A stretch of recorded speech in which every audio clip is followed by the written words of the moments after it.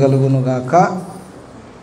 ప్రభు అయిన యేసుక్రీస్తు యొక్క పరిశుద్ధ పుణ్యనామమున పావన దైవనామమున మీ అందరికీ శుభములు, వందనాలు, అభివాదములు, నమస్కారాలు తెలియజేస్తూ ఉన్నాను. నేరుగా దేవుని లేఖన పఠనములోనికి, ధ్యానములోనికి మనం సాగిపోదాము.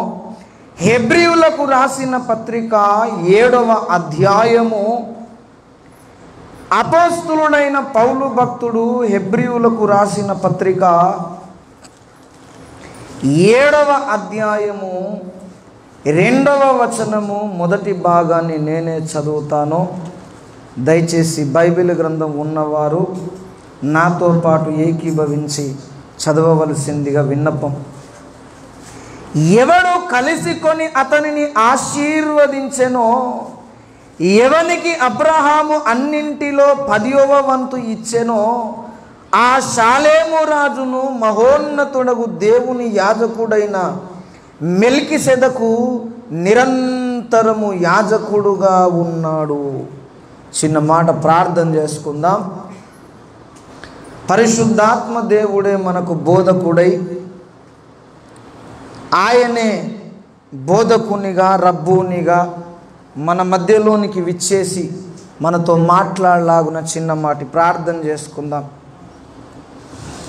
నమ్మదగిన వాడ, నమ్మకమైన స్వామి, నజరేయుడా, గడిచిన కాలమంతా మా జీవితాలలో ప్రభువా ఎన్నో లోపములు, పాపములు, తప్పిదములు వెంటాడిన వాటిని మేము జయించక కొన్ని మార్లు లోబడి రాజీపడి బ్రతికిన నీ నామమున మమ్మును క్షమించుచు సరిచేయ దీర్ఘ శాంతము చేత ఔదార్య గుణము వలన మరొక్క మారు నీ సన్నిధి చెంతకు, నీ వాక్యము యొద్దకు మమ్మల్ని తోడుకొని వచ్చిన నీ యొక్క మాధుర్య మనస్సు కొరకు మొద్దులిడుతూ వందనాలు చెల్లిస్తూ ఉన్నా.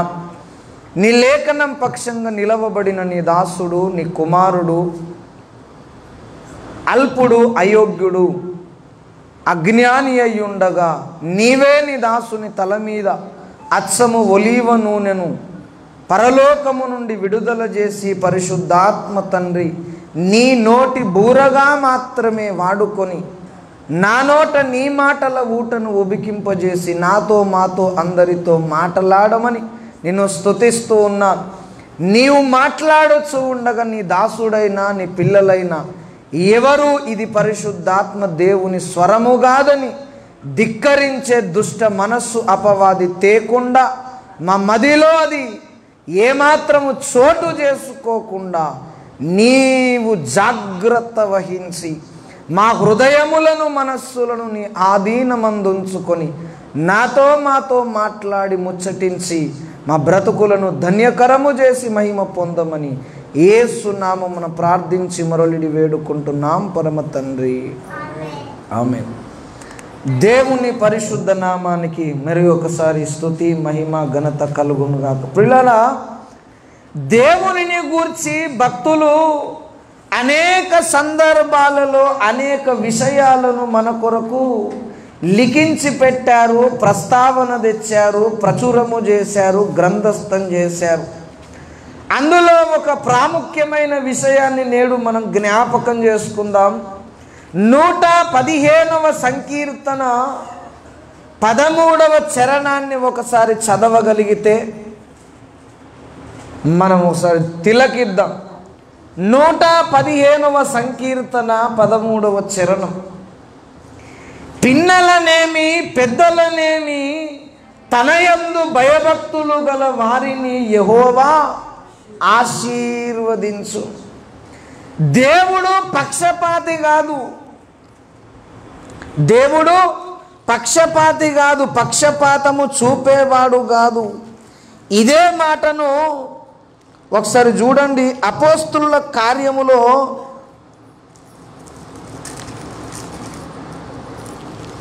అపోస్తుల కార్యం 10వ అధ్యాయము 34, 35వ వచనాల్లో పేతురు ఇలా చెబుతున్నాడు.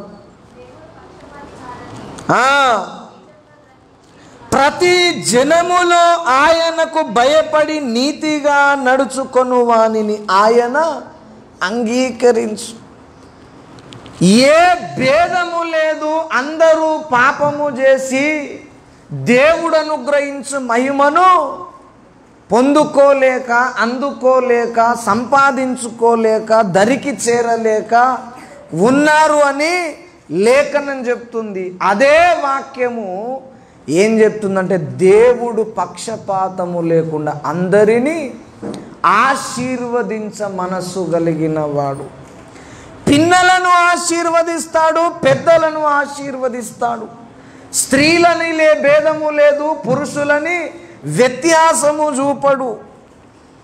అన్యులని క్రైస్తవులని కూడా దేవుడు చూడకుండా ఆశీర్వదించ మనస్సు కలిగిన వాడు. అయితే అందరినీ మనుష్యులనే కాదు దేవుడు ఆశీర్వదించేది. ఆదికాండము 1వ అధ్యాయం 22వ వచనంలో దేవుడు మొట్టమొదటిగా ఎవరిని ఆశీర్వదించాడో చూడండి ఒకసారి. ఆదికాండము 1వ అధ్యాయము 22వ వచనం.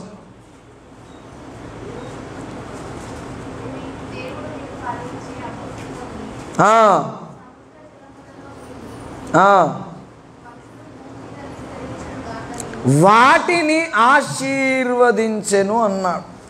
వేటిని ఆశీర్వదించాడట? మనుషుల కంటే ముందుగా, మానవ జాతి కంటే ముందస్తుగా దేవుడు జలచరములను, జంతువులను, ఆకాశ పక్షులను, భూమి మీద ఉన్న ప్రతి జీవిని దీవించాడు, ఆశీర్వదించాడు.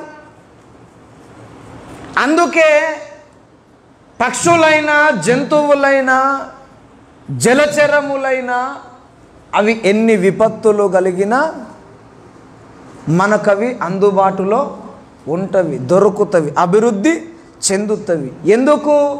దేవుడు వాటిని ఆశీర్వదించాడు గనక. మనుషులను ఆశీర్వదిస్తాడు, భూమి మీద ఉన్నవన్నింటిని కూడా దేవుడు ఆశీర్వదిస్తాడు. అయితే ఆశీర్వాదములనేది 2 రకాలుగా, 2 దఫాలుగా, 2 కోణాలలో దేవుడిస్తాడు. ఆశీర్వాదము అన్నింటికీ ఇచ్చాడు, అన్నింటినీ ఆశీర్వదించాడు. కానీ పక్షులు, జంతువులు కలకాలం ఉంటావా? అదే మనుష్యుడైతే దేవునితో రేపు కలకాలం ఉండాలని ఆశపడ్డాడు దేవుడు. జంతువులను, ఆకాశ పక్షులను, జలచరములను, భూమి మీద బ్రతుకుతున్న ప్రతి ప్రాణిని దేవుడు ఆశీర్వదించాడు. మానవ జాతిని కూడా ఆశీర్వదించాడు. కానీ చాలా భేదం ఉంది, చాలా వ్యత్యాసం ఉంది. వాటిని దేవుడు దీవించడము వేరు, మనలను దేవుడు దీవించడము వేరు. వాటిని ఎందుకు దీవించాడు? మన కొరకు దేవుడు వాటిని దీవించాడు. జంతువులను, వృక్షములను, పక్షులను, తోటను, ప్రతి ప్రాణిని ఎవరి కొరకు చేశాడు దేవుడు? మనిషి కొరకు. తోట కొరకు మనిషిని చేశాడా? మనిషి కొరకు తోటను చేశాడా? భూజంతువులను, ఆకాశ పక్షులను ఆదాము నిమిత్తం చేశాడా? ఆదామునే వాటి కొరకు చేశాడా? ఆదాము కొరకు ఆశీర్వదింపబడ్డ ప్రాణికోటి ఉంది, కానీ ఆదామును వాటి కొరకు ఆశీర్వదించలేదు. అర్థమైందా నేను చెప్పిన భేదం? ఆశీర్వాదములో 2 రకాలున్నవి, 2 దఫాలున్నవి, 2 భేదములున్నవి.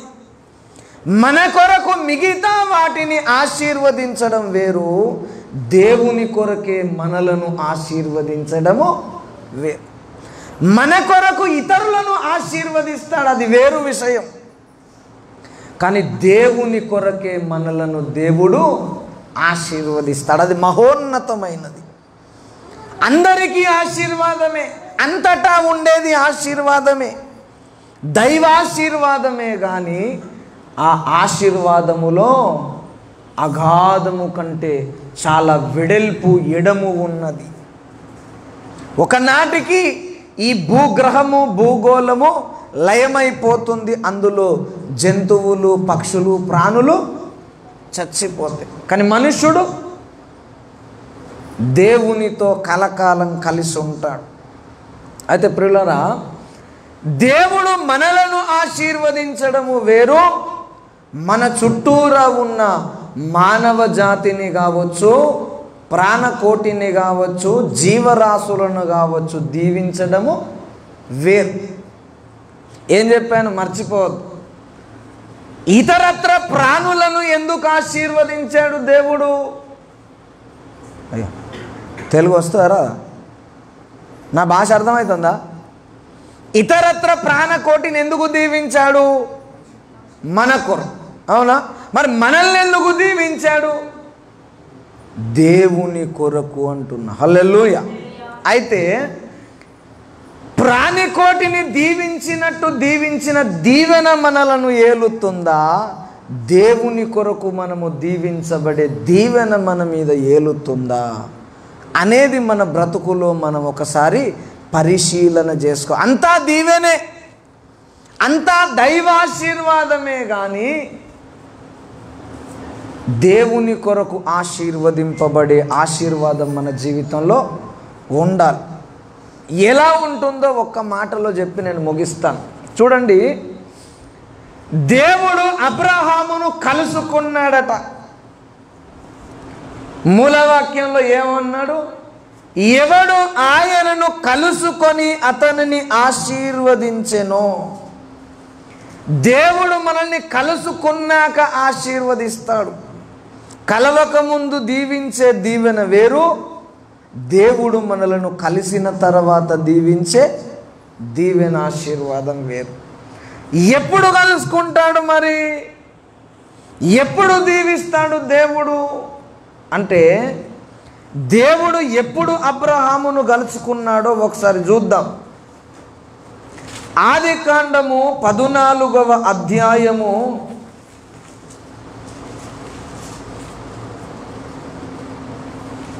19వ వచనం చదవండి.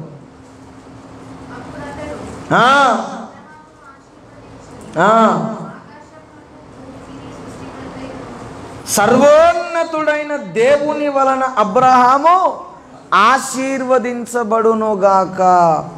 అప్పుడు అబ్రహామును ఆశీర్వదించెను అంటున్నాడు. ఎప్పుడట? ఏ వయసులో? ఏ వయస్సులో ఆశీర్వదించాడు? ఏ పరిస్థితిలో ఆశీర్వదించాడు? ఏ కాలములో ఆశీర్వదించాడు అనేది చాలా ప్రాముఖ్యమైన విషయం. ఇప్పుడు హెబ్రీయులకు రాసిన పత్రిక 7 ప్రారంభ వచనం చదవండి.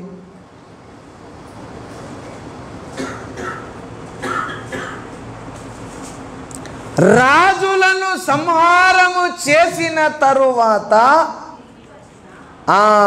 ఎవడు? అత్త కోడలు ఇద్దరు కొట్టుకుంటున్నారు అనుకో, కొట్టుకోవద్దు అట్లా. ఒకవేళ కొట్టుకుంటున్నారు అనుకో, ఎప్పుడు రావాలి కొడుకు? అయ్యో చెప్పరేంటండి, ఎప్పుడు రావాలి? ఇద్దరు తలకాయలు వలిగినాక జుట్లు కొట్టుకొని ఒకరు జుట్టు పట్టి ఒకరు పోట్లాట ముగిసిన తర్వాత రావాలా? ఎప్పుడు రావాలి?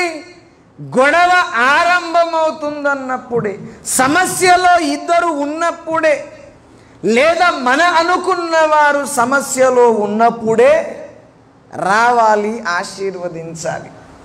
కానీ దేవుడు ఎప్పుడు వచ్చాడంటే, అబ్రహాము రాజులను హతమరచిన తర్వాత, చంపిన తర్వాత, వారిని నేలమట్టం చేసిన తర్వాత దేవుడు వచ్చాడు. ఇప్పుడు వచ్చేందుకు?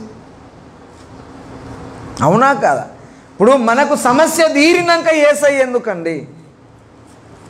అవునా? సమస్యలో యేసయ్య మనకు కావాలనా? సమస్య దాటిపోయినాక రావాలనా? దేవుడు అనేవాడు ఎప్పుడు రావాలి మన దగ్గరికి?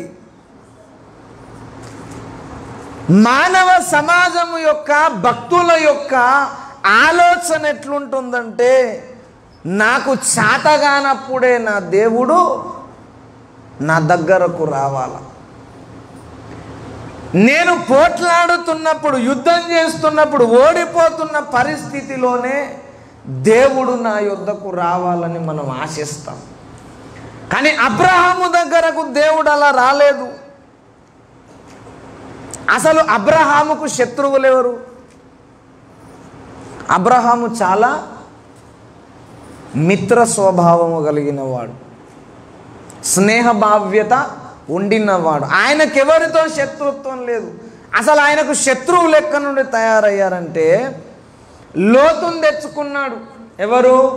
అబ్రహాం. తండ్రి చచ్చిపోతే తండ్రి బాధ్యతను స్వీకరించి, ఆత్మీయ తండ్రిగా, భౌతికమైన తండ్రిగా బాధ్యతను స్వీకరించి తీసుకొచ్చుకొని పెంచి పెద్ద చేసి పెళ్లి చేసి వ్యాపారం పెట్టించి వ్యాపారం వృద్ధి చేసి ఆయన చెంత ఉంచుకుంటే ఈయన ఏం చేశాడంటే ఆస్తి వలన ఇద్దరికి తగాద ఏర్పడ్డది.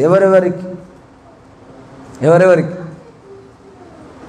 అబ్రహాముకును లోతుకు. నేను అంటున్నా, లోతు ఇంటి వద్ద నుండి తెచ్చుకుంటప్పుడు చిల్లి గవ్వన్న తెచ్చుకున్నాడా? ఏమన్నా తెచ్చుకున్నాడా? ఏం తెచ్చుకోలేదు. అసలు బ్రతకడమే కష్టం. అలాంటి ఆయనను అబ్రహాము తెచ్చుకుంటే లాస్ట్కి వస్తే ఆస్తి పెరిగిన తర్వాత, ఈయన పెద్దగైన తర్వాత, వివాహమైన తర్వాత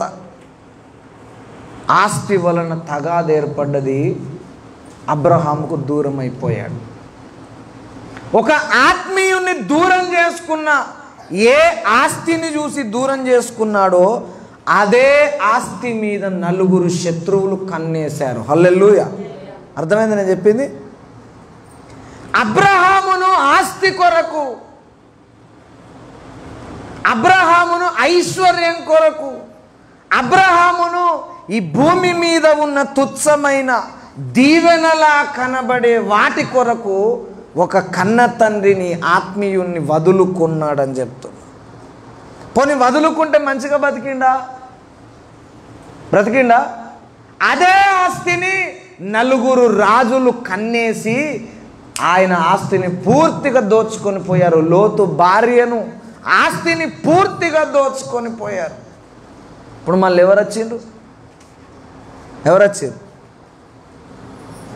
ఏ ఆస్తి కొరకు అబ్రహామును దూరం చేసుకున్నాడో లోతు, ఏ ఐశ్వర్యం కొరకు అబ్రహాముకు దూరం అయ్యాడో అదే ఆస్తి ఇప్పుడు దొంగల చేత, రాజుల చేత పట్టబడ్డది. మరల రాజే, మరల అబ్రహామే ఆ నలుగురు రాజులను చంపడానికి వచ్చి చంపేశాడని చెప్తున్నా. హల్లెలూయా. అబ్రహామును ఎందుకు దీవించాడు దేవుడు? తన శత్రువుల మీద తాను యుద్ధము చేయలేదు. తనను కాదని పోయిన వాణ్ణి, నీవు అవసరం లేదని వెళ్ళిపోయిన ద్రోహికి శత్రువులు మీద పడి దాడి చేస్తే మరలా అతనిని, అతని సంతానాన్ని, అతని భార్యను, అతని ఆస్తిని పోరాడి ఆ రాజులను జయించి చంపివేసి ఆస్తిని మరలా తీసుకొస్తే అప్పుడు అబ్రహామును దేవుడు కలిసి ఆశీర్వదించాడు. హల్లెలూయా. ఇక్కడ ఒక ప్రాముఖ్యమైన విషయాన్ని చెప్తాను నేను. చాలామంది ఆత్మీయులను వదులుకుంటారు తుచ్చమైన ఈ లోకం కొరకు. అర్థమైంది నేను చెప్పింది? ఏమర్థమైంది? ఎందుకు పనికిరాని 4 రోజులుండి నాశనమైపోయే భూమి మీద ఉన్న వస్తువుల కొరకు, ధనము కొరకు, పేరు కొరకు, ప్రఖ్యాతి కొరకు, ఘనత కొరకు మన మేలు కోరే ఆత్మీయులను వదులుకుంటారు అని చెప్తున్నా. వదులుకుంటే ఏమైందంటే, లోతుకి ఏమైందండి? లాస్ట్కి వస్తే దేన్ని నమ్ముకొని అబ్రహామును దూరం చేసుకున్నాడో అదేమైంది? లాస్ట్కి వస్తే దొంగల చేత, రాజుల చేత పట్టబడ్డది. మరలా అబ్రహాము వచ్చేదాకా, మరలా అబ్రహాము సహాయము చేసేదాకా దిక్కులేని వానిగా బ్రతికాడు. ఆస్తి పోయింది, ఆత్మీయత పోయింది. ఎన్ని పోయినాయి? తెలుగులో మనకు సామెత ఉంది, ఉన్నది పోయింది. అవునా? ఇప్పుడు లోతుకి ఎన్ని పోయినాయి? ఆస్తి పోయింది, భార్య పోయింది. ఇప్పుడు అబ్రహాం దగ్గర ఉన్న చనువు ఉంటుంది, ఇప్పుడు ఉంటుందా? ఒకప్పుడు అబ్రహాము దగ్గర ఉన్న చనువు ఇప్పుడు ఉంటుందా? సంపాదించగలవా? ఇప్పుడు నీ వల్ల అవుతుందా? అంటే నేనేమంటున్నా అంటే దేవుని దగ్గర కూడా అట్లా ఉండదు అంటున్నా. దేవుని చెంత నీకున్న పొందు, సన్నిహితము, ఆ సహవాసము, ఆ చనువు పోగొట్టుకోవద్దు. మన సేవకుడు 2 సంవత్సరాల క్రితం పాపం ఉన్న ఏకైక కుమార్తె చచ్చిపోయింది. ఎదిగిన కుమార్తె, ఒక దైవ సేవకుని కుమార్తె చనిపోయింది. 22-23 సంవత్సరాలు ఉంటాయి చెల్లెకు. వయసు మీద పడ్డ, వయసు వచ్చిన చెల్లె, ఒకతే కూతురు, సేవకుని కూతురు చనిపోయింది. చనిపోయిన తర్వాత అల్లారు ముద్దుగా పెంచుకుంటాడు కదా సేవకుడు, బోరుమని మస్తు ఏడిచాడండి. ఏడిచిన తర్వాత ఏందన్నా దేవుడికి ఇట్లా చేసిండు అని అందరు అంటుంటే అన్నేమన్నాడు తెలుసా? నా కూతురు కొరకు నువ్వు ఇట్లెందుకు చేసినవని నేను దేవుణ్ణి అడిగితే దేవుని దగ్గర నాకున్న చనువును నేను పోగొట్టుకోలేను అన్నాడు. హల్లెలూయా అంటావు నువ్వు ఆ మాట? నేనేం తక్కువ చేసిన నీకు? నా బిడ్డను కొంచెమైనవు, దేవుని కళ్ళు ఓర్వలే అనే వాళ్ళు అన్నాడు అనుకో, వాళ్ళకు కూడా మనం ఒత్తాసు పలుకుతాం. అవునా? నిలువెల్ల నిన్ను చీల్చే పరిస్థితి నీకొచ్చిన దేవునితో నీకున్న చనువును పోగొట్టుకోవద్దని చెప్తున్నా. ఆత్మీయునితో పోగొట్టుకోవద్దు, దేవునితో పోగొట్టుకోవద్దు. ఇప్పుడు రెండింతలు ఎవరు దీవించబడ్డారు? అబ్రహామా, లోతా? ఆయన శత్రువులు ఈయన పోరాడి చంపినందుకు ఇప్పుడు రెండోసారి ఆశీర్వాదం వచ్చిందా లేదా? ఎక్కువగా వచ్చిందా లేదా? అంటే ఆత్మీయునికి ఎప్పటికైనా ద్రోహులు ఎంతమంది ఉన్నా ఆశీర్వాదము తగ్గదని చెప్తున్నా. ఆ అంతస్తుకు మనం పోవాలని చెప్తున్నా నేను. అబ్రహామును దేవుడు ఆశీర్వదించిన విధానము ప్రత్యేకమైనది.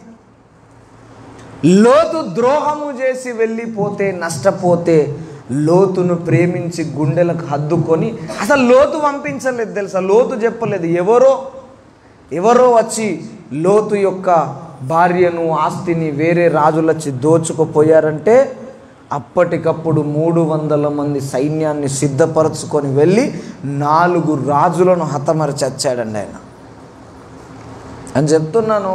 మన బ్రతుకులో చాలాసార్లు మన జీవితంలో జరుగుతున్న పరిస్థితులకు మనము ఆత్మీయులను, దేవుణ్ణి, మన క్షేమాన్ని కోరే ఆత్మీయులను, మన క్షేమమును మన దగ్గరకు తెచ్చే యేసయ్యని ఇద్దరిని ఏం చేసుకుంటాం? దూరము చేసుకుంటామని చెప్తున్నా. అలా దూరం చేసుకుంటే దీవెన అనేది, దేన్ని నమ్ముకొని దూరం చేసుకున్నామో అది కూడా ఏమవుతుంది? పోయిందా లేదా? లోతు నీతిమంతుడా కాదా? నీతిమంతుడా కాదా? నీతిమంతుడే.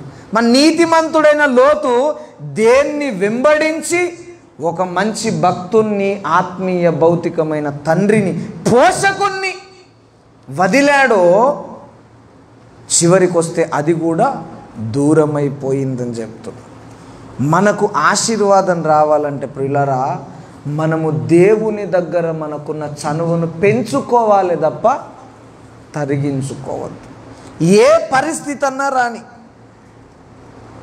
మనం అనుకున్న దానికి పూర్తిగా వ్యతిరేకమైన పరిస్థితులు మనల్ని కబలించిన, ఆవరించిన, దేవుని దగ్గర మనకున్న చనువును అసలు చనువు ఉన్నదా యేసయ్య దగ్గర మనకు? ముందు చనువు అంటే అర్థమేంటి? నాకు కావాలి ఇప్పుడు, నువ్వు ఎవరు నాకేం చెప్పద్దు అంటాను యేసయ్యతో. అట్లా అనగలవా? నేను చెప్తున్నా. ఆ చనువు ఉందా? అట్లంటే ఓకే బిడ్డ అంటాడా? మనం అనగలమా? దేవుని దగ్గర చనువు సంపాదించుకోవాలి. ఆయన కూడా మనతో ఆ చనువు కలిగి ఉంటాడని చెప్తున్నా. యాకోబును బతిమాలిండేమని, నన్ను ఓని అయ్యా తెల్లారుతుంది అన్నాడా లేదా? ఎంతసేపటికి అబ్బాయి యాకోబు ప్లీజ్ నన్ను ఓని అయ్యా తెల్లారుతుంది, పోనీ తెల్లవారుతుందయ్యా నన్ను వదిలిపెట్టు. అట్లా బతిమాలుతారా మనం? ఎవరన్నా బతిమాలు తింటారా? ఈరోజు చెప్పుర్రు మీరు, ఎవరైనా మనం బతిమాలు తింటారా? సంగీతానికి చింతకాయలు రాలుతాయా? నువ్వు రాత్రంతా సంగీతం వాయించినా చింతకాయ కనీసం కదలను కూడా కదలేదు. అదే బండ తీసుకొని కొడితే కింద పడుతుంది. అవునా? కానీ దేవునికి యాకోబుకున్న చనువు మామూలుది కాదండి. రాత్రంతా బతిమాలాడట. ఈయన బతిమాలాడు, ఆయన బతిమాలాడు, ఆయన ఆశీర్వాదం కొరకు బతిమాలాడు. అరే పోనీ అయ్యా నన్ను. ఆయన ఎక్కడ, ఈయన ఎక్కడ? దెబ్బ కొడితే దెబ్బకు కింద పడి విలవిల కొట్టుకొని నీళ్ళు అడగకుండా చచ్చిపోతాడు దావీదు, యాకోబు. అవునా? నీళ్ళు కూడా అడగడం. అయినా యాకోబుకు దేవునికున్న చనువును బట్టి బతిమాలాడు. యాకోబు నన్ను పోనీ అయ్యా. దేవునికి నీకు చనువు ఉండాలా. చనువు ఉండాలంటే లోకములో ఉన్న సమస్తాన్ని ఆత్మీయత కొరకు నీవు వదిలిపెట్టాలి. ఇది మొదటి పాట. రెండోది చెప్తాను. అబ్రహాం ఎంతమందిని చంపేశాడు? 4 రాజులను చంపిన తర్వాత వస్తూ ఉండగా యేసయ్య అతన్ని కలుసుకొని దీవించాడు. మిమ్మల్ని విసిగించకుండా చెప్తాను ఒక మాట. మనం రాజులను చంపాలనుకో, ముందు ఎవరిని చంపాలి? రాజు ఎక్కడ ఉంటాడు? అంతాపురంలో ఉంటాడు. అంతాపురం ఎక్కడ ఉంటుంది? ఊరు మధ్యలో ఉంటుంది. అవునా? రాజకోట ఎక్కడ ఉంటుందండి? అంతాపురము, రాజకోట, ఇంద్రభవనం ఏడుంటుంది? ఊరు మధ్యలో, పట్టణం మధ్యలో, రాజధాని నగరం అంటే మధ్యలో ఉంటాం. మధ్యలో మనం రాజు దగ్గరికి పోవాలంటే ముందు సామాన్య ప్రజల ఇండ్లను దాటుకొని పోవాలి, సామాన్య ప్రజలను. తర్వాత రాజకోటకు ఏముంటుంది? గేట్ ఉంటుంది, ప్రహారీ ఉంటుంది. ఆ ప్రహారీ దగ్గర ఎవరు కాపలు ఉంటారు? సైనికులు. అవునా? సైనికులను కూడా దాటుకొని పోవాలి. సైనికులను దాటుకొని పోయాక సైన్యాధిపతుల ఇండ్లు ఉంటాయి. అవునా? సైన్యాధిపతులను దాటిపోయాక రాజు యొక్క అంతాపురం మనకు దొరుకుతుంది. ఇప్పుడు రాజులను మనం చంపితేనే దేవుడు మనల్ని దీవిస్తాడు. ఇది పాఠం. ఎవరిని చంపాలి? రాజులను చంపే. సామాన్య ప్రజలను దాటుకోవాలంటే వారు అడ్డగిస్తే వాళ్ళను కూడా కొట్టో, బంధించో, వెళ్ళగొట్టో, బుజ్జగించో దాటుకోవాలి. తర్వాత ఎవరు నీకు ఎదురొస్తారు? సైనికులు ఎదురొస్తారు. సైనికులను కూడా అవసరమైతే చంపేయాలి. సైనికుల తర్వాత ఎవరు అడ్డొస్తారు, ఎదురొస్తారు? సైన్యాధిపతులు వస్తారు. ఆ సైన్యాధిపతులను జయించాక రాజులు నీ చేత జిక్కుతారు. ఆ రాజులను నీవు చంపిన తర్వాత దేవుడు నిన్ను, నన్ను, అబ్రహామును ఆశీర్వదించినట్టు ఆశీర్వదిస్తారు. హల్లెలూయా. అందరూ వాగ్దానాలు తీసుకుంటారు. అబ్రహాం ఆదికాండం 12వ అధ్యాయం 2వ వచనంలో ఏముంటుంది? నేను నిన్ను గొప్ప చేసి, నీ నామమును గొప్ప చేసి, భూమి మీద నీ వలన వంశములన్నీ. అది మనం భద్రంగా దాచుకొని ప్రార్థన చేస్తాం. అవునా? అబ్రహాముకు ఆశీర్వాదం ఎట్లొచ్చింది? ఎప్పుడు వచ్చింది? 12వ అధ్యాయములో ఆయన మాట చెబితే 14వ అధ్యాయంలో మరలా దగ్గరికి వచ్చి ఆశీర్వదించాడు. రాజులను చంపేదనుక, రాజహతము జరిగేదనుక అబ్రహామును దేవుడు కలుసుకొనలేదు. ఇలాంటి విషయాలు రాసుకోవాలి. నా బైబిల్ ఎప్పుడన్నా చూసిందా మీరు? చూసారు అసలు నా బైబిల్ అసలు సందు ఉండదు. పాత బైబిల్ అయితే, స్టడీ బైబిల్ అయితే మొత్తం గ్యాపే ఉండదు. ఒక పాస్టర్ చూసి అన్నాడు, ఇదేంటి తమ్ముడు అన్నాడు. బైబిల్ అని చెప్పిన. అది బైబిల్ లెక్క కనబడతలేదు. పిల్లలు రఫ్ బుక్ రాస్తారు, చూసినావా? రఫ్ బుక్ వేరు, ఫేర్ బుక్ వేరు. రఫ్ బుక్లో ఏమైనా క్రమంగా పద్ధతిగా ఉంటుందా? అట్లా నా బైబిల్ గ్రంథము నిండా దేవుడు చెప్పిన మాటలు, దైవ సేవకులు చెప్పిన మాటలు, దేవుడిచ్చిన అనుభవాలను ప్రతి పేజీ నిండా రాసుకున్నాను. మనం వాక్యం చెప్తే కూడా రాసుకోము. ఎట్లా గుర్తుంటుంది? అది ఉంటుందా? ఎంతమందిని దాటుకుంటూ పోవాలని చెప్పాను? సామాన్య ప్రజలను సైనికులను, సైన్యాధిపతులను, రాజులను. ఈ నలుగురి వరుసలో మనము చంపుకుంటూ పోవాలి. ఇది ఏంటో చెప్తా. ఇది ఎందుకు చెప్తున్నానంటే, ఈ నలుగురిని నీవు చంపితేనే దేవుడు నిన్ను నన్ను తన కొరకు ఆశీర్వదిస్తాడు. హల్లెలూయా. ఎవరి కొరకు? మన కొరకు మందిని ఆశీర్వదించుడు కాదు, మంది కొరకు మనల్ని ఆశీర్వదించుడు కాదు. ఇప్పుడు కుటుంబంలో ఒక మంచి భక్తుడు ఉన్నాడు అనుకో, కుటుంబం అంతా ఆశీర్వదించబడుతుంది. ఎవరిని బట్టి? ఎవరి కొరకు? చెప్పరేంటండి? ఇప్పుడు లోతును ఎందుకు ఆశీర్వదించిండు దేవుడు? అబ్రహాము కొరకు. కానీ అబ్రహాముని ఎవరి కొరకు ఆశీర్వదించిండు? దేవుని కొరకు. హల్లెలూయా. యేసయ్య కొరకు ఆశీర్వదించాడు. మనం బ్రతుకుతున్నామంటే మన కొరకు ప్రార్థన చేసే వారి కొరకు నిన్ను దీవించొద్దు నేను చెప్తున్నా. ఇప్పుడు నేనున్నా, మీ కొరకు ఫర్ ఎగ్జాంపుల్ ప్రార్థన చేస్తున్నా, మిమ్మల్ని దీవించిననుకో, ఎవరి కొరకు దీవించినట్టు? అయ్యో చెప్పరేంటండి? దేవుని కొరకా? ఎవరి కొరకు? ఏడుస్తున్నవా అని కొరకు. అవునా? సంఘం కొరకో, నా కొరకో, లేకపోతే నీ కుటుంబంలో ఎవరో నీ కొరకు ఏడిసి ఏడిసి ఏడిసి జీవితం బుగ్గిపాలు చేసుకునే, జీవితం అంతము చేసుకుంటే వారి కొరకు దీవిస్తున్నాడు. కానీ దేవుని కొరకు దీవించట్లే. దేవుని కొరకు నిన్ను దీవించాలంటే నువ్వు అబ్రహాము వలె రాజులను చంపగలగాలి. రాజులను చంపాలంటే ముందు సామాన్యులను చంపాల, సామాన్య ప్రజల తర్వాత సైనికులను చంపాల, సైనికులను తర్వాత సైన్యాధిపతులను చంపాలి. ఈ ఏంటో చెప్పి ముగిస్తా. సామాన్య ప్రజలంటే ఎవరో తెలుసా? మనం అంటాం ఫస్టే యేసయ్యను అంగీకరించగానే దేన్ని జయించాలి, దేన్ని మానుకోవాలంటాం? మారు మనస్సు అంటాం. దేన్ని?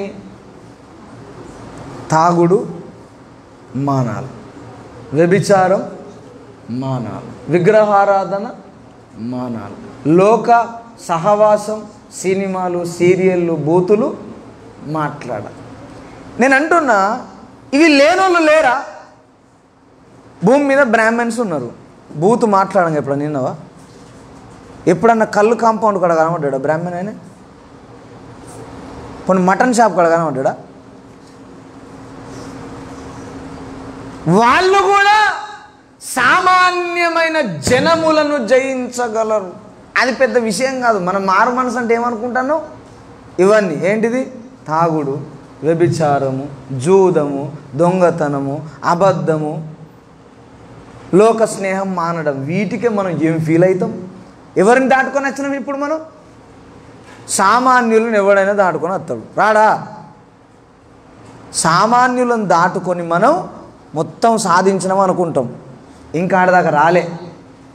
దీని తర్వాత సైనికులను జయించగలగాలను. హల్లెలూయా.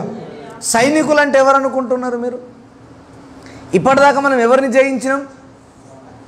కొంతమంది అవి కూడా జయించలే, సామాన్య ప్రజలను కూడా జయించలే. తాక్కుంటూనే వస్తాడు చర్చి. ఒక ఆయన మన పెద్ద ఆయన కలిసింది నాకు, సంఘ పెద్ద, ఓ చర్చిలా అంటాడు, చిన్న చిన్నవి ఉంటాయి పాస్టర్ గారు, ఏమవుతాను? ఓ సేవకుని గురించి సందర్భం వచ్చి మాట్లాడుతున్నప్పుడు ఆయన ఏమంటాడంటే నాతోని, ఏం కదా అయ్యగారు, అయ్యగారి కోటి ఉంటుంది, మన కోటి ఉంటుంది, అయ్యగారు మమ్మల్ని అడగద్దు, అయ్యగారిని మేము అడగద్దు. ఇదేం భక్తి అంటే? నిన్ను అడగద్దని అయ్యగారిని అడగద్దు అన్నట్టు. అయ్యగారిని అడగాలి,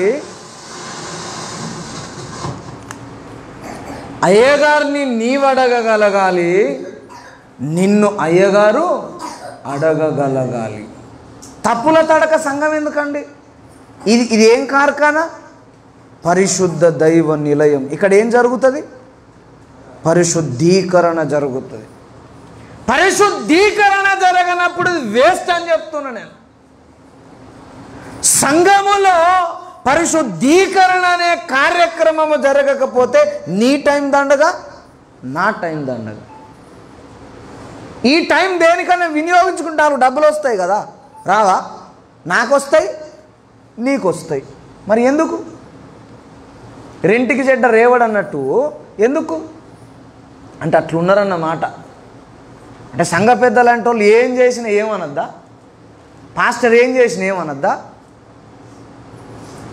నేను అంటున్నాను, సామాన్యులను కూడా ఇంకా దాటలేదు సంఘం. కొంతమంది ఉన్నారు, తెల్లగలు తాగితే ఏమైద్దన్నా, అది చెట్టుదే కదనట. నేను అంటున్నా, గన్నేరు పువ్వు గన్నేరు మొక్కలు ఉంటాయి, అది చెట్టేగా, తెచ్చి అండుకో అనుకుంటావా? కథలు తెలియనోళ్ళకి చెప్పాలా. సేవకుడు అంటే అల్లం పోయి సొంట అయినట్టు, అర్థమైందా? తొక్కి తొక్కి తొక్కి అల్లమును దేవుడు ఎలాగైతే ఎండబెట్టి సొంటి చేస్తాడో, ఒక దైవజనుణ్ణి, ఒక ఆత్మీయుని అట్లా తయారు చేస్తాడు దేవుడు. నేను చెప్తున్నా, నిప్పును ముట్టుకుంటే ఏమవుతాం? మనకు బొగరత్తయా నిప్పుకత్తయా? చెప్పరేంటండి, నిప్పుకే వస్తుంది. ఆత్మీయత అనేది బహు జాగ్రత్తగా చేయాలి. సామాన్యులను జయించాలి అంటే నీవు విగ్రహారాధన చేయొద్దు, నీవు వ్యభిచారము చేయొద్దు, నీవు దొంగతనము చేయొద్దు, నీవు బూతులు మాట్లాడొద్దు, సినిమాలు చూడొద్దు. ఇది సామాన్య జనులు అన్నమాట. ఇది దాటుకొని వచ్చినాక సైనికులు ఉంటారు. సైనికులు అంటే ఎవరో తెలుసా? మన చుట్టాలు, మన బంధుత్వాలు, మన స్నేహాలు, మన పొత్తులు, వీటిని జయిస్తాం మనం. ఉండి ఉండి సండే రోజే వచ్చిండ్రు అనుకో బంధువులు, అలా తీసుకొని వస్తావా? ఇంటికనే ఉంటావా?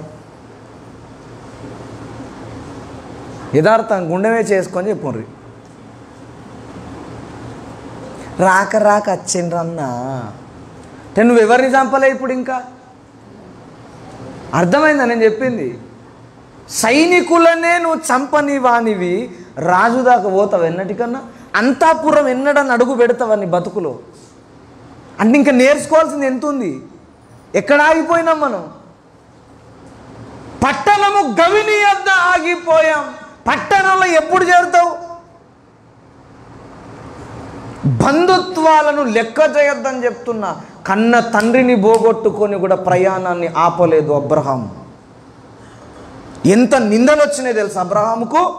ముసలోడు మా ఇంటికాడ ఉన్న బతుకుతుండేవై నువ్వు అట్టుకొచ్చి చంపినవని చెప్పిన. అక్కడేమో ఎవడు ఉంచుకోలేదు. ఫస్ట్ అయ్యని తీసుకొస్తే మధ్యలో చచ్చిపోతే అందరూ గుమిగూడేమన్నారంటే ఆయనను, ముసలోడు మా దగ్గర ఉన్న బతుకుతుండే పట్టుకొచ్చి చంపినవు అని అబ్రహామును మామూలుగా నిందించలేదు. అయినా ప్రయాణం ఆపలేదు ఆయన. బంధుత్వాలకు లెక్కనివ్వలేదు. రేపు నిన్ను పరలోకం తీసుకుపోయేది బంధువులు కాదండి నేను చెప్తున్నా. రేపు నీకు బీభత్సంగా పీకలలోతు మునిగిపోతే ఎవడు బయటికి తీసుకురాడు? దేవుడు తప్ప, నీ ఆత్మీయుడు తప్ప. నీ ఆత్మీయుడు తప్ప నీ బంధువులు ఏడుస్తారా? నీ గురించి ఏడుస్తారా? నేను అంటున్నాను, ఇప్పుడు నేను దేవుడు దేవుడు అని బ్రతుకుతున్నా. పొరపాటున చాలా మునిగిపోయి నష్టపోయి దరిద్రంలో బ్రతుకుతున్నాను అనుకో, నా రక్త సంబంధికులు నన్ను ఏమంటారు? ఏడుస్తారు నా కొరకు? ఏమంటారు చెప్పండి? పైపెచ్చు ఎగిరితివే కదరా దేవుడు దేవుడని. మా మాటలు విన్నవా? అవునా? ఎద్దేవ చేస్తారు, హేళన చేస్తారు. మరి వాళ్ళ కొరక నువ్వు దేవుణ్ణి వదిలేసేది?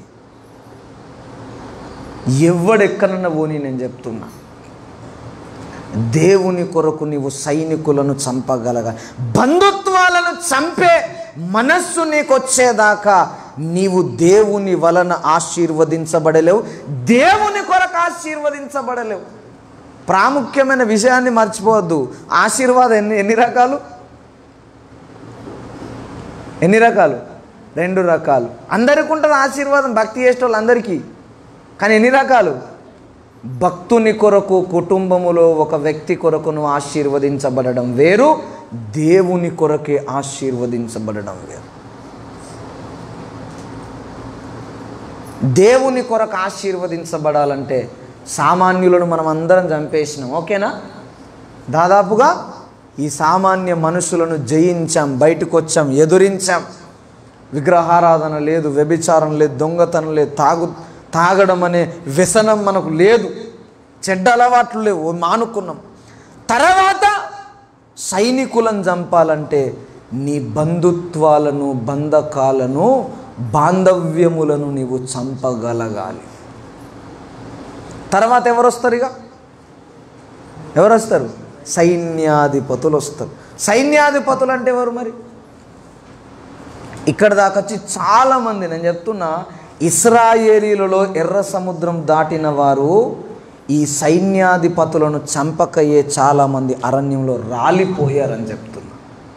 సైన్యాధిపతులు అంటే నీకొచ్చే కోపం, నీకొచ్చే ద్వేషం, నీ బ్రతుకులోను సనుగుతున్న సనుగు, నీ జీవితంలో ఇతరుల మీద నువ్వు పెంచుకుంటున్న పగ, ఇవన్నీ ఏంటి? ఒక్క మాట చెప్తాను, నా బ్రతుకును ఒక మూల మలుపు తిప్పిందేందో చెప్తాను నేను. ఒకసారి ఒక ఆత్మీయ అన్నకు నాకు చాలా వివాదం జరిగింది. ఆయన పెద్ద ఆయన, నేను చిన్నోన్ని. ఎన్నిసార్లు నేను క్షమాపణ చెప్పినా నీదే తప్పు అంటాడు. ఎన్నిసార్లు వివాదం జరిగినా నేను మారు మనసు పొంది ఆయన దగ్గరికి పోతే నీదే తప్పని ప్రచారం చేస్తాడు, మాట మాట్లాడుతూ ఉంటాడు. రాను రాను నాలో ఏం పెరిగింది? యథార్థంగా చెప్తున్నా, కోపం పెరిగింది, బహుగా పెరిగి కోపగించుకుంటున్నాను మనసులో. ఆయన మీద ఎవరితో అనట్లేదు, ప్లస్ ఆయనతో కూడా కోపం ప్రదర్శించట్లే, కానీ లోపల పెరుగుతుంది. ఒకరోజు ఫాస్టింగ్ ఉండి ఏడ్చి నిజంగా చెప్తున్నా, ప్రార్థన చేసి ఏడ్చి అర్ధరాత్రి 3 గంటలకు పడుకుంటే 3:30-4 గంటల ప్రాంతంలో ఒక దర్శనం చూపెట్టాడు దేవుడు నాకు.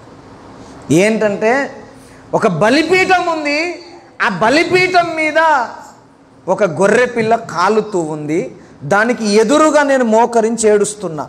ఈ దుర్గుణం నాలో నుండి తీసేయి ప్రభువా, నేను కోపాన్ని అణుచుకోలేకపోతున్నాను అని ఏడుస్తూ ఉన్నప్పుడు ఆ గొర్రెపిల్ల స్థానంలో నుండి కాలుతున్న ఆ బలిపీఠంలో నుండి ఒక మనిషి బయటకు వచ్చి నా మీద చేతులేసి ఇట్లా ప్రార్థన చేశాడు. ప్రభువా, నీ కుమారుడు ఇదిగో జయించలేని యొక్క సైన్యాధిపతి అయిన ఈ దుర్లక్షణమును యేసు నామమున నేను తగలబెడుతున్నాను ప్రార్థన చేయగానే నాలో ఉన్న ఆ కోపం అనే సైన్యాధిపతి చచ్చిపోయాడని చెప్తున్నా. అప్పుడు దేవుడు అంటున్నాడు, ఒక లేఖనం గుర్తుకొస్తుంది నాకు అదే దర్శనంలో. హెబ్రీయులకు రాసిన పత్రిక 7వ అధ్యాయం 24వ వచనంలో, ఆయన తండ్రి కుడిపార్శ్వమున మన పక్షమున నిరంతరము విజ్ఞాపన చేయుచున్నాడు. ఎవరా?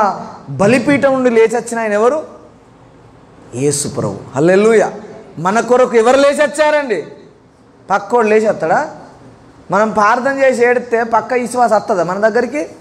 ఇప్పుడు ఎవరు లేచొచ్చిండ్రు? యేసయ్య బలిపీఠం మీద నుండి బయటకు వచ్చాడని చెప్తున్నా. అంటే ఇవి మనలో సహజంగా పెరుగుతాయి. సైన్యాధిపతులను మనము జయించాలి. సైన్యాధిపతి అంటాడు బలంగా ఉంటాడా, బలహీనంగా ఉంటాడా? ఎవరికి సైన్యాధిపతి యొక్క పోస్ట్ ఇస్తారు? 1 కిలోమీటర్ కూడా ఉరకకుండా వాళ్ళక. మరెవరికి? కిలోమీటర్లు, మైళ్ళకు మైళ్ళు పరిగెత్తగలిగిన సామర్థ్యము కలిగిన, అలయక పరిగెత్తగలిగిన వ్యక్తులకు ఆ పోస్ట్ ఇస్తారు. అవునా? మనం చంపేయగలగాలి. హల్లెలూయా. దేంతోని ఆ మాట చెప్దామని ముందుకు పోయినాను నేను. దేంతోనంటే సౌలు ఏం చేస్తాడంటే దేవుడు చెప్పిన మాట వినక ఆయన ఇష్టం వచ్చినట్టు చేస్తే సమూయేలు ప్రవక్త పోతే సమూయేలు ప్రవక్తను కూడా ఆయన మీద చెయ్యేసి, దైవజనుని మీద చెయ్యేసి ఆయన వస్త్రం చింపుతాడు, నువ్వు లేట్ వచ్చినావు కదా అని. అర్థమైంది చెప్పింది? ఈయన చేసిన పనేం మంచిగా లేదు, కానీ ఆయన కొంత ఆలస్యం దేవుడు నడిపిస్తే ఆయన మీద చెయ్యేసి వస్త్రం చింపితే ఈయన కోపం వస్తుంది. సమూయేలుకు కోపం వచ్చి ఏం చేయాలి? మనమైతే ఏం చేస్తాం? కోపం వస్తే తిడుతాం, శపిస్తాం, కొడతాం, అల్లరి చేస్తాం. కానీ సమూయేలు ఏం చేశాడో తెలుసా? ఆ మాట నన్ను ఒక మూల మలుపు తిప్పిందండి. ఏంటంటే కోపావేశుడై సమూయేలు రాత్రంతయు యెహోవా యొద్ద కన్నీటితో ప్రార్థించెను అన్నాడు. హల్లెలూయా. కోపం న్యాయమా కాదా? న్యాయమైన కోపమా కాదా? ఇంకా మనకు వచ్చే కోపాల్లో న్యాయం ఉండదు, కానీ సమూయేలుకు వచ్చిన కోపంలో న్యాయం ఉందా లేదా? కానీ ఏం చేశాడు? ఆ కోపం అనే సైన్యాధిపతిని చంపడానికి రాత్రంతా యెహోవా సన్నిధిలో కన్నీరు గార్చి ఏడ్చాడట. హల్లెలూయా. శత్రువు సౌలు కాదు సమూయేలుకు, తనలో ఉన్న కోపమే శత్రువు. తన కోపమే తనకు. ఇక క్రైస్తవులు చెప్పినా బయట వాడు చెప్పిండా? బయట వాళ్ళు కూడా ఈ మాట చెప్పినా లేదా? ఇప్పుడు సమూయేలు ఆ కోపాన్ని ఏం చేసిండండి? రాత్రంతా ఏడ్చి ఆ సైన్యాధిపతిని చంపేశాడని చెప్తున్నా. హల్లెలూయా. మనకు భార్య మీద కోపం రావచ్చు, భర్త మీద కోపం రావచ్చు, ఇంకా కొంచెం సేపు అయితే నా మీద కూడా రావచ్చు. అవునా? దీన్ని ఏం చేయాలి? నేను ఎంత చెప్పినా మీరు వింటలేరు. మీ మీద నాకేం రావాలి? ఏం రావాలి? కోపం వచ్చి ఎప్పుడు తిట్టినా మిమ్మల్ని అనుకుంటారు మీరు కదా, అయ్యగారు తిడతాడని. నేను తిట్టిన ఎప్పుడన్నా మిమ్మల్ని? ఏం చేస్తా? నేను నేర్చుకున్నాను చెప్తున్నా.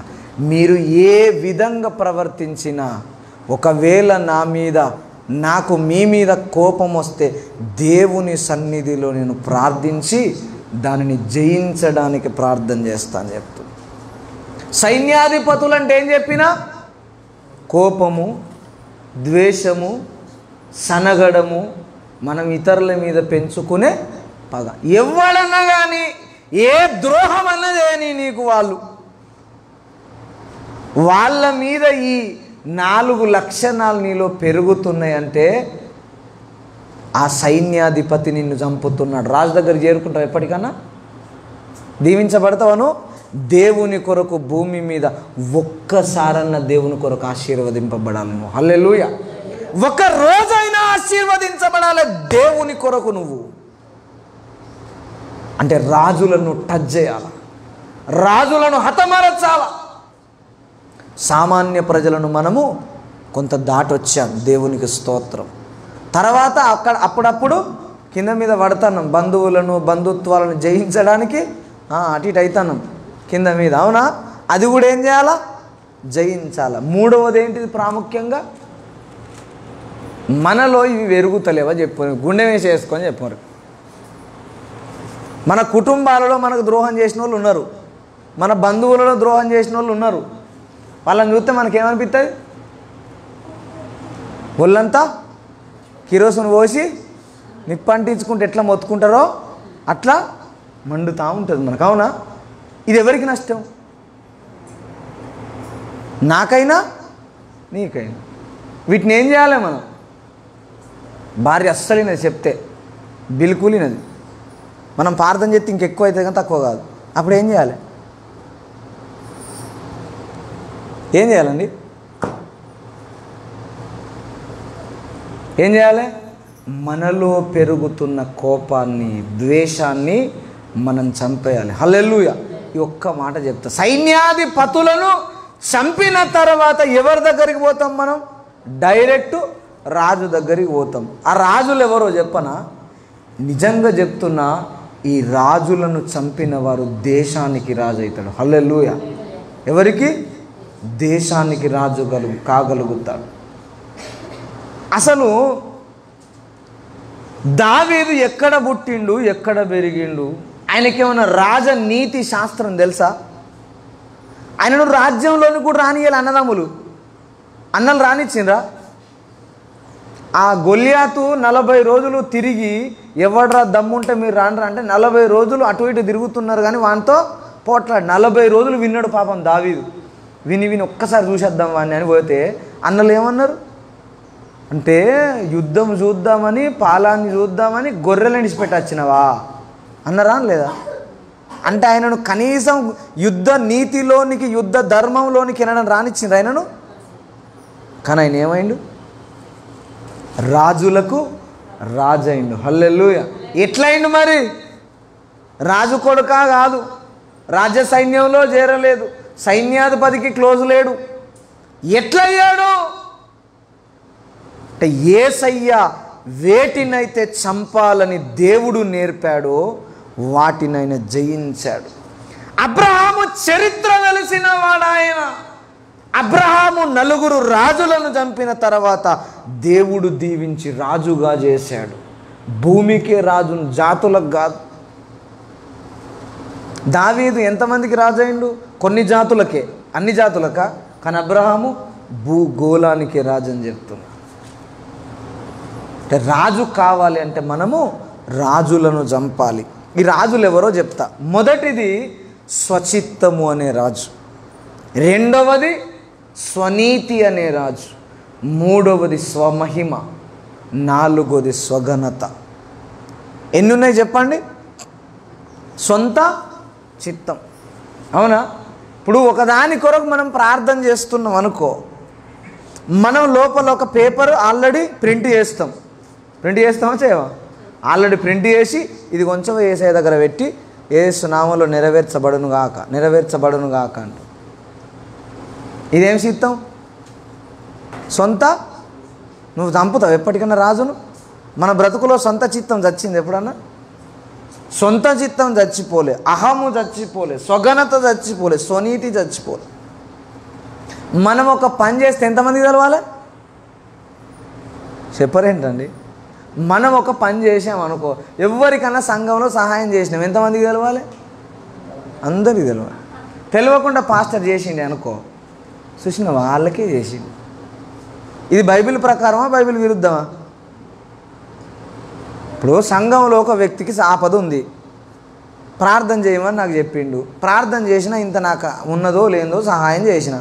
10 రోజుల తర్వాత ఇంకో విశ్వాసికి తెలిసింది. ఏమంటారు? నేర్చుకుంటారా, ఎద్దేవా చేస్తారా? చెప్పుకోవచ్చా లేదా? నేను చెప్పుకోవచ్చా లేదా?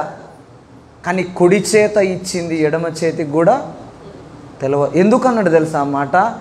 నీలో రాజులు బ్రతికుండకూడదని. హల్లెలూయా. నువ్వు ఏదైనా సహాయం చేస్తే, మేలు చేస్తే దేవుడు బయట పెట్టేనాక నీవు మాత్రం కోరుకోవద్దని చెప్తున్నా. మనము పాట పాడితే ఎంతమందికి తెలవాలి? మనం ఎందుకు వాడతాం తెలుసా? అందరికి తెలవాలనే వాడతాం. నేను అంటున్నా, మిమ్మల్ని ఎవరు నేను ఎద్దేవా నేర్చుకోమని చెప్తున్నా. నా పిల్లలు, నా దగ్గర ఉన్నవాళ్ళు, నా మంద రేపు దేవుని ఎదుట దేవుని కొరకు ఆశీర్వదింపబడ్డ వాళ్ళై నిలబడాలా. ఎందుకు 100 మంది ఎందుకండి? తెలుగులో సామెత ఉంది, మళ్ళీ ఫీల్ కావద్దు. కాకి లెక్క కలకాలం బ్రతికే కన్నా హంస లెక్క 6 నెలలు బ్రతకడం మేలు, అవునా? కాకి లెక్క మనం కలకాలం బ్రతకొద్దు, హంస లెక్క 6 నెలలు బ్రతికినా చాలు అంటున్న దేవుని సన్నిధిలో. రాజులను మనం చంపాలంటే వీటన్నిటిని జయించుకుంటూ రావాలి. మనలో నేను చెప్తున్న ఇంతవరకు మనలో స్వచిత్తము, ఇంకా స్వచిత్తం దగ్గరికి పోలే మనం. ఎందుకు పోలే? ఇంకెన్ని దాటలేదు. ఇవి దాటినావా? ఇవి దాటితే రాజు దగ్గరికి పోయేది మనం. స్వచిత్తము, అహము, ఘనత, స్వనీతి, ఇది మన బ్రతుకులో రావద్దని చెప్తాను. నేను చెప్తున్నా, ఒక్కటే మాట చెప్పి ముగిస్తా. ప్రియులారా, నేను ఆధ్యాత్మిక జీవితంలో ఎదుగుతున్న కొలది, దేవుడు నాకు ప్రత్యక్షత ఇచ్చిన కొలది నాలో కొంత స్వనీతి అనేది పెరిగింది. చెప్తాను వినండి. స్వనీతి పెరిగి ఏ సేవకుని, ఏ విశ్వాసం నేను పట్టించుకోలే. అనర్గళంగా నేను 2-3 గంటలు మాట్లాడగలను ఒక అంశాన్ని. అర్థమైందా? అనర్గళంగా, రెస్ట్ లేకుండా, చెప్పిన టాపిక్ చెప్పకుండా ఒక టాపిక్ను 2-3 గంటలు చెప్పగలను నేను. అంత సామర్థ్యం దేవుడు నాకు ఇచ్చింది. దాన్ని బట్టి కొంచెం స్వనీతి పెరిగింది. వీళ్ళందరూ వేస్ట్, చెప్పిందే చెప్పి పాడిందే పాట, పాసవన్ల దాసరి పాట అన్నట్టు అదే చెప్తారని నాలో స్వనీతి పెరిగిన తర్వాత దేవుడు ఏం చేశాడో తెలుసా? ఒక దురాత్మ నా హృదయాన్ని, ఒక చీకటి నా హృదయాన్ని ఇట్లా పట్టి పీడించిందనమాట. 3 సంవత్సరాలు నా హృదయాన్ని ఇట్లా బిగుసుకుపోయేటట్టు నా హృదయాన్ని పట్టి పీడించింది. యేసు నామాన్ని కూడా నేను ఉచ్చరించడానికి వణికిపోయేవాడిని. యేసయ్య నామాన్ని పలికితే ఎక్కువ అయ్యేది, అది యేసు రక్తం ఉచ్చరిస్తే ఎక్కువ అయ్యేది. అప్పుడు ఏమని ఏడ్చానో తెలుసా? ఆ 3 సంవత్సరాలలో 1 సంవత్సరం అయితే భీకరంగా ఏడ్చాను. ఏమని ఏడ్చానంటే, నాకంటే ఈరోజు కొత్తగా బాప్తిసం పొందిన వ్యక్తి శ్రేష్ఠుడు దేవా, నేను వ్యర్థుణ్ణి, కనీసం నీ నామాన్ని కూడా పలకలేని దుర్మార్గునని ఏడిచాను. ఎంత లీస్ట్కు తీసుకుపోయింది తెలుసా దేవుడు, అర్థమైందా? అందుకే నేను నిన్నగాక మొన్న మారు మనసు భక్తున్న వ్యక్తి కూడా నాకంటే శ్రేష్ఠుడు అనుకుంటా నేను. ఎందుకు? నాలో ఉన్న స్వనీతి అనే రాజును దేవుడు చంపాడు. హల్లెలూయా. మామూలు వేదన అనుభవించరని అందుకంటున్నా, మీరు అనుభవించద్దా వేదన అని చెప్తున్నా. పలుమార్లు సూసైడ్ చేసుకోవడానికి పోయినప్పుడు తెలుసా, బాధ భరించలేక, ఎవరికి చెప్పుకోలేక, ప్రయోజనము లేక, ప్రార్థించిన ఫలితము దొరకక, అప్పుడు యేసయ్య నాకు వెన్నంటి ఉండే ఈ ప్రార్థన నేర్పించాడు. ఈ మనస్సు నాకు వచ్చిందని చెప్తున్నా, ఏడ్చానని చెప్తున్నా. సేవకుల దాకా పోద్దిగా, అర్థమైందా? అర నిమిషము అరగంట ఏదో నచ్చింది చెప్పే సేవకుల దగ్గరికి పోలేంకా. ఎక్కడ ఆగిపోయినా? నిన్న మొన్న బాప్తీసం తీసుకొని మందిరానికి వచ్చి మోకరించి యేసయ్యా అని ప్రార్థన చేసే వారికంటే వ్యర్థుడను, నీచుడను, పనికి మాలిన వాడను. ఆ మనసు వచ్చేదాకా దేవుడు నాకు ఆ చీకటికి అవకాశం ఇచ్చాడని చెప్తున్నా. మనుషులు చెప్తే వింటానా నేను? ఎవరు వినరు మనుషులు చెప్తే, వింటావా? వినరు. చక్కగా మనుషులు చెప్తే ఎవరు వినరు. దేనికి అప్పగించిండు?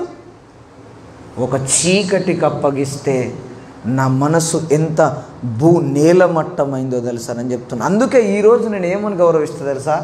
అసలు విశ్వాసిని కాదు గౌరవించడం పక్కన, యేసు పోలికలో ఉన్న అన్యుణ్ణి కూడా నేను గౌరవిస్తా. ఎవరి పోలికది? ఎవరి పోలిక? నా ఫోటో కింద పడ్డదనుకో తొక్కుకుంటా పోతారా మీరు? మీ ఫోటో కింద పడ్డదనుకో తొక్కుకుంటా పోతానా? ఎందుకు? అది నువ్వా? ఎవరిది అది ఫోటో? నువ్వా? కానీ ఎవరిది ఆ ఇమేజ్?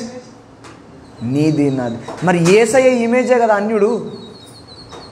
అన్యుడు ఎవరి ఇమేజ్ అది? మరి అన్యుడిని తిట్టచ్చా మనం ఇష్టం వచ్చినట్టు? దుర్మార్గుడా, దరిద్రుడా, వ్యర్థుడా, నువ్వు జావా, నువ్వు ఓవా. ఇప్పుడు ఎవరిని తిడుతున్నట్టు నువ్వు? క్రైస్తవులను కాదు, అన్యులను తిడితే ఎవరిని తిట్టినట్టు అంటున్నా నేను. యేసయ్య ముఖ చిత్రాన్ని తిట్టినట్టు అని చెప్పి ఆ పాఠం నేర్చుకున్నాను నేను. ప్రియులారా, రాజులను చంపితే దేవుడు నీ చెంతకొచ్చి నిన్ను ఆశీర్వదిస్తే దాన్ని ఎవ్వరూ అడ్డగించలేరు, ఆపలేరు. మనము రాజులను చంపడానికి భక్తి చేయాలి. హల్లెలూయా. ఏమేమి చంపాలి చెప్పండి ఇప్పుడు? ఇక సామాన్యులను, సామాన్యులు అంటే అర్థమైంది? సామాన్యులంటే లోకములో ఉన్న తప్పిదాలు, వ్యభిచారము, విగ్రహారాధన, దొంగతనము, తాగడము, నోటికొచ్చినట్టు మాట్లాడడం. రెండవది సైనికులు అంటే ఎవరు? చుట్టాలు. ఎవరు? చుట్టాలు, బంధువులు, బంధుత్వాలు, ఫ్రెండ్స్. ఎవరు? ఫ్రెండ్స్. ఈ ఫ్రెండ్స్ను కూడా నువ్వు చంపలేదనుకో, ఏడున్నట్టు? పట్టణం గవిని దగ్గర, గేట్ దగ్గర, గేట్ లోపలికి కూడా రాలే. ఇంకా గేట్ లోపల రావాలంటే ఎవరిని చంపేయాలి? ఆదివారమే, ఐతారమే చుట్టం ఫోన్ చేసి, పెండు ఫోన్ చేసినానుకో ఏం చేయాలి? ఏం చేయాలి? పోవాలనా? పోవద్దు. ఆ సైనికులను కూడా నువ్వు చంపగలగాలి. సైన్యాధిపతులు అంటే ఏం చెప్పినా, మనలో అప్పుడప్పుడు ఆత్మీయ జీవితంలో ఏం పెరుగుతుంది? కోపం పెరుగుతుంది, పగ పెరుగుతుంది, ద్వేషం పెరుగుతుంది. అవునా? వీటిని ఏం చేయాలి మనం? ఎలా చంపేయాలి? ప్రార్థనతో చంపే అనుభవం కూడా చెప్పిన నేను. అవునా? నేను మామూలుగా ఎడవలే ఆ రోజు రాత్రి అంతా. ఏడ్చి 3 గంటలకు పడుకుంటే 3:30కు దేవుడు దర్శనం చూపి, దేవుడే దిగి వచ్చి ప్రార్థన చేశాడని చెప్తున్నా. అలా సైన్యాధిపతులను జయించాలి. చివరికి రాజులు ఎవరు? ఎంతమంది రాజులను చంపిండు అబ్రహాం? 4 ఎందుకు చంపిండండి? మరి 4 గురించి చెప్పిన. ఏంటి ఏంటి చెప్పండి, మర్చిపోవద్దు. స్వచిత్తం, నేను అనే అహం, మూడవది స్వమహిమ, నాకు ఘనత రావాలి, తర్వాతనే దేవునికి. స్వనీతి అంటే నా అంత నీతిమంతుడు ఎవడు. నేను ప్రార్థన చేస్తే సంఘంలో ఎవడు అట్లా చేయడు. ఏమవుతుంది ఒకనాటికి? నా తీరవుతుంది. హల్లెలూయా. అంటే ప్రియులారా, కావద్దని చెప్తున్నా. అందుకే అంటున్నా, ఇప్పుడు ఒక సేవకుణ్ణి, ఒక ఆత్మీయుని దేవుడు నిలబెట్టాడంటే అన్ని అనుభవాలతోనే చెక్కి నిలబెడతాడని చెప్తున్నా. నా కొరకు చెప్పట్లే, ఒక ఆత్మీయుని కొరకు చెప్తున్నా. ఎవరైనా కావచ్చు, దేవుని చేత ఎన్నుకోబడ్డ ఒక దైవజనుడు, ఒక ఆత్మీయుడు అన్ని విషయాలలో అతన్ని చితగొట్టి, అన్ని విషయాలలో అతన్ని మెరుగుపరిచిన తర్వాతనే సంఘం ఎదుట నిలబెడతాడు దేవుడు. అది మనం గుర్తించాలి. క్షేమం లేకపోతే గంతే. కాబట్టి మనం ఇప్పుడు ఎవరిని చంపాలి? హల్లెలూయా. మమ్మల్ని చంపినావు కదంటరా. రాజులను మనము హతమరిస్తే అప్పుడు దేవుడు, నువ్వు ఆయన దగ్గరికి పోవాల్సిన అవసరం లేదు. అబ్రహాం దగ్గరికి దేవుడు వచ్చిండా? దేవుని దగ్గరికి అబ్రహాం వచ్చిండా? చెప్పరేంటండి? అబ్రహాము దగ్గరకు దేవుడు వచ్చి, నీవు రాజులను గనక చంపగలిగితే, ఆ సాధన చేయగలిగితే దేవుడే నీ దగ్గరకు వస్తాడు. హల్లెలూయా. కాబట్టి ప్రియులారా, మనం ఈ 4 అంతస్తులలో ఉన్న వారిని ఎప్పటికప్పుడు జయిస్తూ బ్రతకాలి, యుద్ధం చేస్తూ బ్రతకాలి. సామాన్య ప్రజలను జయించాలి, సైనికులను ఓడించాలి, సైన్యాధిపతులను చంపాలి, రాజులను కూడా చంపగలగాలి. అప్పుడు దేవుడు మనలను కలుసుకొని దేవుడు దీవిస్తాడు. ఎవరి కొరకు దీవిస్తాడు? ఎవరి కొరకు? ఇప్పుడు భార్యను దీవించింది అనుకో, ఎవరి కొరకు? భర్త కొరకు. భర్తను దీవించింది అనుకో, భార్య ప్రార్థనా పరులు అయితే ఎవరి కొరకు? పిల్లలను దీవించిండు, అమ్మ ప్రార్థనా పరులు అయితే ఎవరి కొరకు దీవించినట్టు? పిల్లలు ప్రార్థనా పరులు అయితే తల్లిని దీవించిండు, ఎవరి కొరకు? తమ్ముళ్ళు మంచోళ్ళు అయితే అన్నను దీవించిండు, అన్న మంచోళ్ళు అయితే తమ్ముళ్ళని దీవించిండు అనుకో, ఎవరి కొరకు దీవించినట్టు? మన కొరకే. కానీ దేవుని కొరకు దీవించే ఉన్నత స్థానానికి నువ్వు నేను చేరాలి. హల్లెలూయా. అలా చేరాలంటే ఈ 4 అంతస్తులలో ఉన్న వారిని నువ్వు తప్పక చంపవలసిన అవసరం ఉంది. హల్లెలూయా. కాబట్టి మనం అందరం ప్రార్థన చేసుకుందాం. ఎక్కడ ఆగిపోయాం మనం యుద్ధంలో? సామాన్య ప్రజల దగ్గరనే ఆగిపోయామా? సైనికుల దగ్గర ఆగిపోయామా? సైన్యాధిపతుల దగ్గర ఆగిపోయామా? 4 రాజులలో ఒక రాజు దగ్గర ఆగిపోయామా? ఎక్కడ ఆగిపోయింది నీ బ్రతుకు? చూసుకొని మనం ముందుకు సాగిపోదాం. అడుగుదాం యేసయ్యను, బతిమాలుకుందాం. అప్పుడు యేసయ్య అందరినీ చంప శక్తి మనకు ఇచ్చునుగాక. దేవుని కొరకు మనలను ఆయన ఆశీర్వదించునుగాక. ప్రార్థన చేసుకుందాం.